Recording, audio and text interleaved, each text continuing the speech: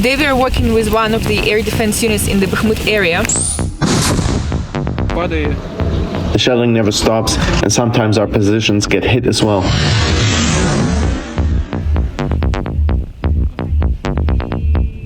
Looks like Russia decided to bury half of its population here. So we're making sure to help them with it.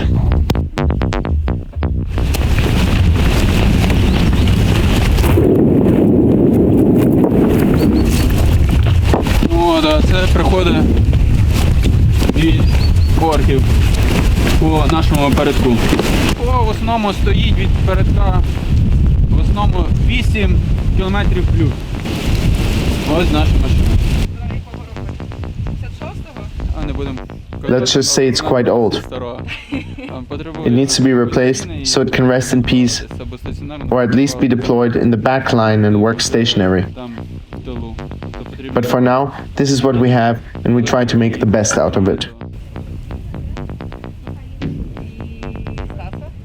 Today we are working with one of the air defense units in the Bakhmut area.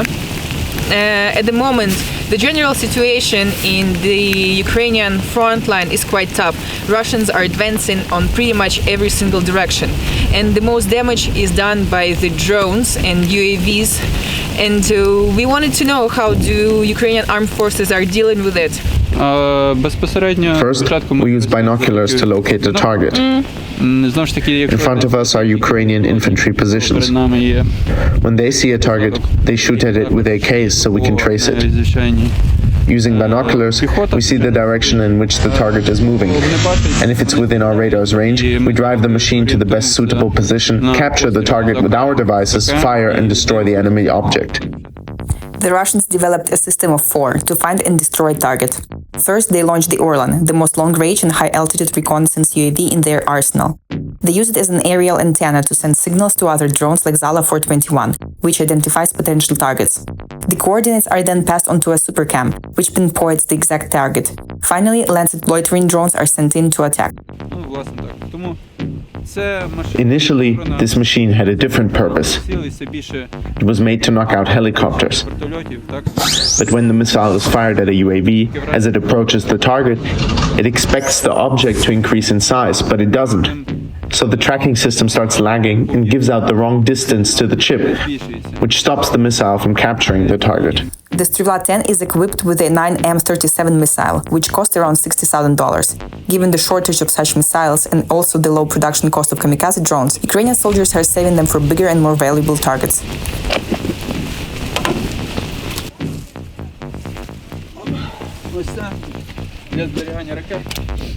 This is where the missiles are usually stored. We keep the plastic wrap here to protect ourselves and the equipment from snow or rain, but we store missiles in a separate dugout to keep them safe. The shelling never stops, and sometimes our positions get hit as well. If they hit a vehicle, it might catch on fire, so to not lose all the ammunition at once, we keep it separately.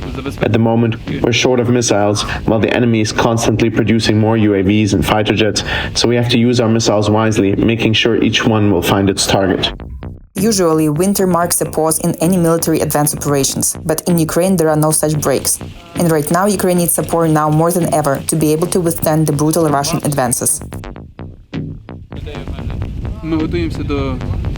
We are preparing for a long and exhausting war.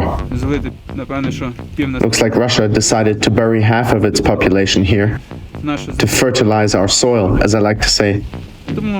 So we're making sure to help them with it. Ми допоможемо їм у цьому.